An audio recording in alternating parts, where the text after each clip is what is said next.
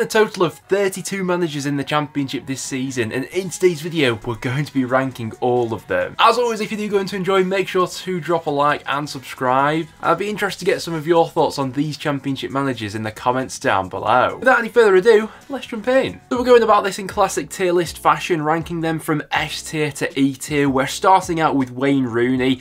I think I'm going to have to drop him into the D tier. 2 wins from 11 matches isn't a great record, especially considering the picture at Birmingham that he was first coming into a team who looked to be on the up under John Eustace. Rooney's come in, tried to implement his own style of football, and while we have seen flashes of maybe a long-term project that could work for Rooney, based on the results so far, I can't justify putting him much higher than D tier. Enzo Maresca, yes, he's working with the best squad in the Championship, and Leicester were expected to win this league to begin with. With that being said, I'm still putting him up in the S tier. Leicester currently on track not just to beat the Championship points record, but to absolutely obliterate it. Playing some lovely football along the way, and realistically speaking, there's nothing more he could have done. Michael Carrick in at Middlesbrough. Based on this season in isolation, I'm going to put him in the C tier. There have been moments of real quality from Middlesbrough, but on the whole, it's been a very inconsistent season so far.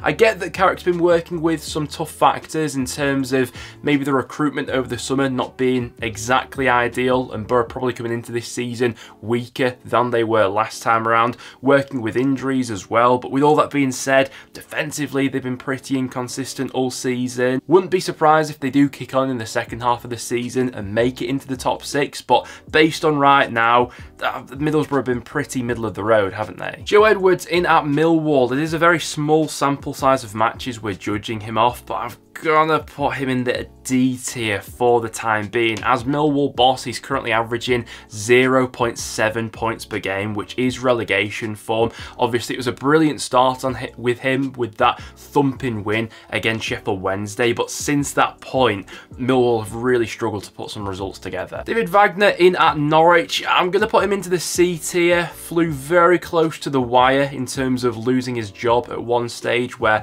Norwich went on that dismal run. Since that point, there has been a bit more light at the other end of the tunnel. They've put together a decent run of results recently, but it all feels very much up in the air whether or not he will be their manager long term going into these next few months. Marti Cifuentes in at Queen's Park Rangers. I'm going to put him into the A tier, considering the situation he walked into at QPR, how down and dead on their feet that squad looked under Gareth Ainsworth. He's completely changed their fortunes. Yes, that loss against Sheffield Wednesday was a real hammer blow for their survival hopes, but the ground they've gained on the sides above them, the football they've been playing, and how quickly he's actually got that out of that squad, I've been really impressed with him so far. Liam Richardson in at Rotherham. It's 2 games, 2 losses, but it does feel a bit too early to go ahead and judge his record as Rotherham boss. For the time being, I'm going to chuck him into the C tier. That will change over these next few weeks and months, depending on if he gets a tune out of that Rotherham squad or not. Danny Röhl in at Sheffield Wednesday, also going to stick him into the A tier. And you know what? If he manages to keep Wednesday up this season,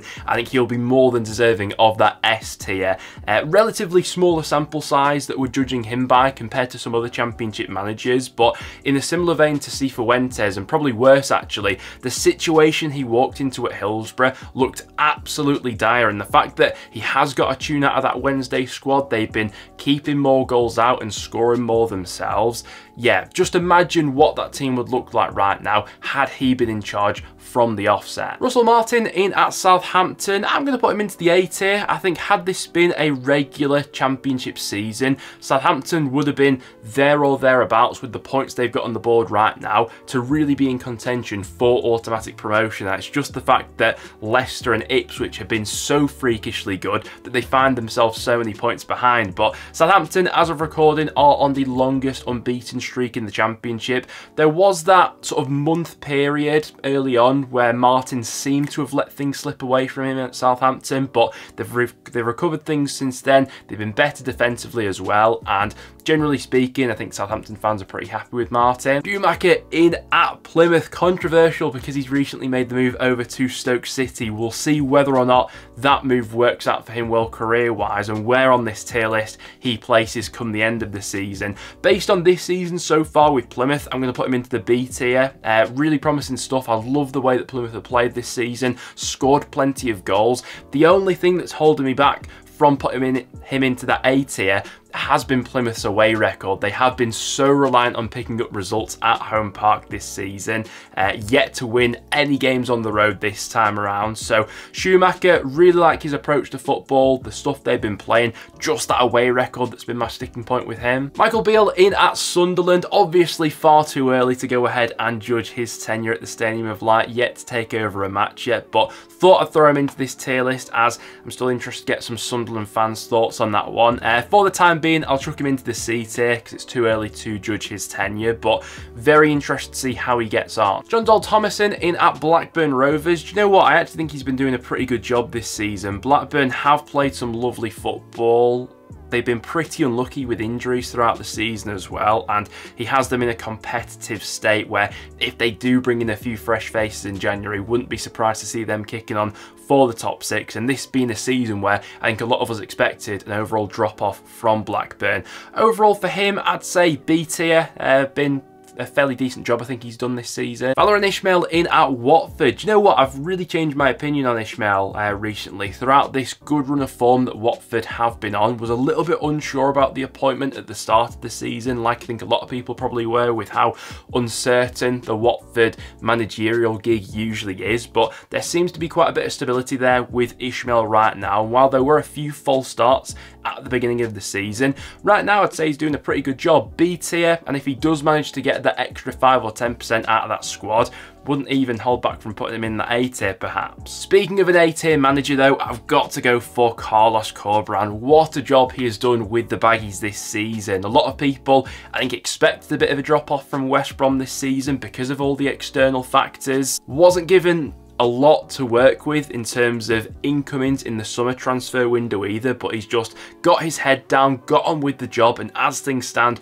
West Brom are on course to finish in the playoffs come the end of the season, which would be a marvellous achievement considering all the chaos at the start of the year. Neil Warnock in at Huddersfield. Now, based on the start of this season, we are only judging Warnock on a very small sample size of matches, but Huddersfield were averaging just over a point per game up until Warnock stepped aside, and for that, I'd say he's worthy of C, maybe even B tier. There's not a great deal of quality within that Huddersfield squad, but I think that under Warnock, he would have kept them up. And the same can't quite be said of Darren Moore right now. Xisco Munoz in at Sheffield Wednesday, the easiest E tier that we will give today.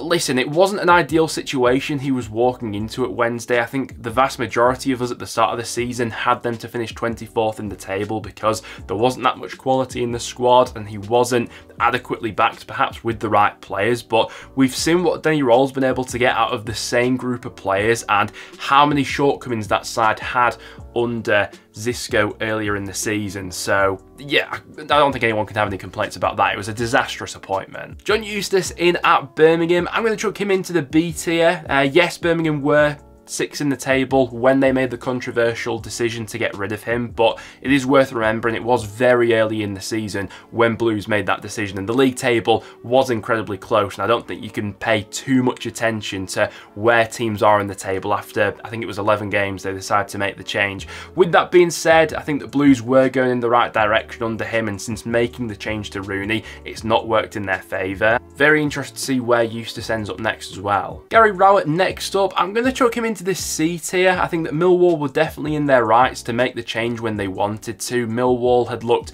pretty uninspiring in Rowett's tenure up until this point of the season, judging this season in isolation, but they were averaging 1.4 points per game, and I think we're sat 15th in the table when they made the decision to get rid of him. So we've seen a considerable drop-off since getting rid of Rowett. So while the football was by no means getting you up and out your seats, he was still doing a solid job. Ainsworth in at QPR, I'm going to have to drop him into that 8E tier. They went on an absolutely dismal run of form, and honestly surprised they ended up keeping him for as long as they actually did. They were 23rd in the table when they got rid of him, and honestly looking dead and buried until they appointed Cifuentes. And seeing what Cifuentes has got out of that same group of players, Ainsworth has to be E tier. Nigel Pearson for Bristol City, I think solid C tier. I think he was keeping that squad going along quite steadily, really.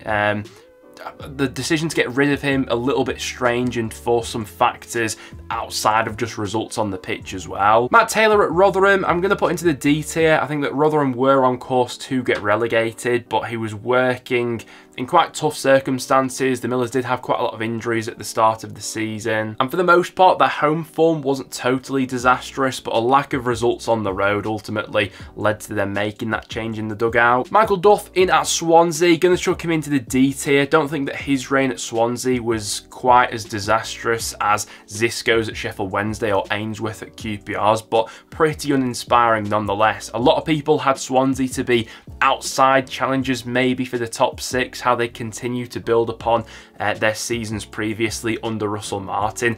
Duff came in and just wasn't a good mesh for that football club whatsoever. Liam Manning in at Bristol City, I'm going to chuck him into the C tier for the time being, still very early on in his tenure at the club, so tough to make too many definitive statements on where he should place right now.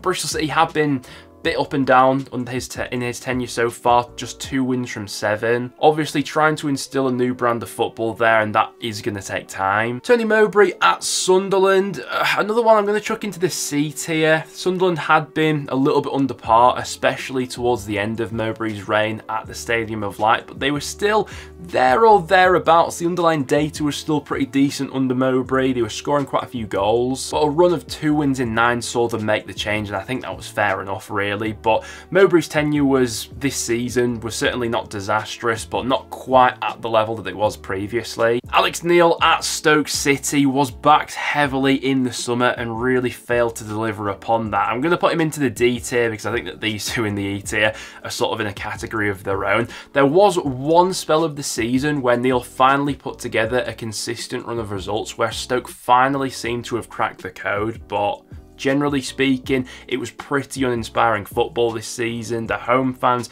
not happy with the overall performances and how the culture seemingly hadn't actually changed that much under Neil, despite all the change in personnel. Oh, Ryan Lowe at Preston, a really controversial one. Results-wise, I think you'd put him in the B tier probably. I think results have been acceptable in terms of points on the board, but when you look deeper than that, you look at performance levels, you look at the unbelievable drop-off that North End have had recently, whereby in the first couple months of the season we were averaging the points of an automatic promotion side, and in the last few months we've been playing like a relegation candidate.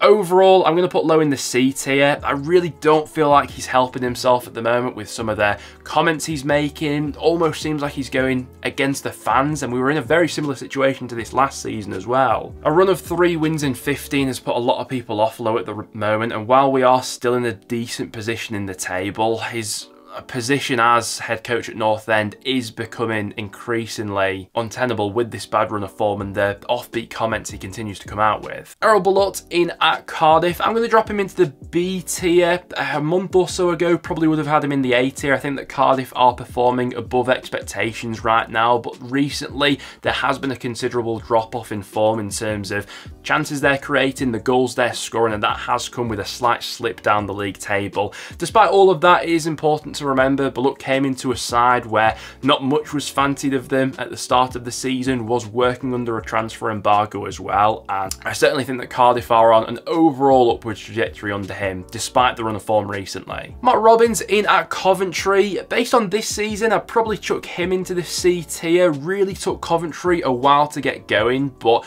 as of late, with the reintroduction of Callum O'Hare back into that side, the system change they did a month or so ago, they have strung together some much more consistent results, and who knows, give it a month or two and Robins may gradually start climbing this tier list. If Coventry do get themselves back to within playoff contention, then there's no doubt he'll move up a few tiers. But yeah, working with a lot Robins. It was a squad rebuild in the summer. A bit was expected of them because they made it into the playoffs last season and been a little bit topsy-turvy so far. Darren Moore in at Huddersfield. Now, he wasn't walking into an ideal situation, and I do accept that. There have been a hell of a lot of draws under Moore so far. The football's been pretty uninspiring, but I think that the job he was given was simply to keep Huddersfield up. Has he gone ahead and convinced me that he will do that with performance levels and results on the board so far? I'm not completely convinced. It's just 2 wins from 15 for Darren Moore. When North End played them the other week, I think they were probably the worst side I've seen over a full 90 minutes in the Championship this season when playing against Preston. I accept that he is working with a lot in terms of the overall quality not quite being there in that squad, but with all that being said, I'm going to put him into the D tier because his tenure at Huddersfield so far has been pretty uninspiring. Liam Rosenior in at Hull City. What a fantastic job he is doing right now. Definitely an A tier at the bare minimum. I'm sure there's a lot of Hull fans who would chuck him into that S tier. Listen, it's very close in and around the top 6 right now, but Hull definitely heading in the right direction under Rosenior. They've been scoring a lot of goals this season. They're relatively tight at the back, and whenever I get to tune into a Hull match, generally speaking, I am pretty entertained. So yeah, Rosenior only just signed a new contract with the club. I think that's thoroughly deserved and doing a great job at the moment, no questions about that. Kieran McKenna at Ipswich Town. Of course he deserves his spot in the S tier along with Enzo Maresca. Also, like Leicester City, they're also on target to beat the Championship record points tally right now, which for a newly promoted side is absolutely off the charts. The fact that Ipswich are 10 points clear of their closest challengers in 3rd right now is unbelievable. There was a lot of hype with Ipswich coming into this season, but I think the way McKenna's gone about his business this year, Ipswich have somehow managed to completely surpass that. On the eye, I'd probably say they're the most fun side to watch in the Championship as well, and no question for me, he has been the manager of the season so far. Finishing it off then with Daniel Farke in at Leeds United. I am going to drop him into the A tier. On the whole, I have been really quite impressed with Leeds so far. Home form's been very strong. They played some fantastically fluid football, one of the top scoring sides in the division right now. And in a regular Championship season, Leeds probably would be in the top 2 with the amount of points they've got on the board after 22 matches. And it's just the fact we've got Leicester and Ipswich that have been so consistent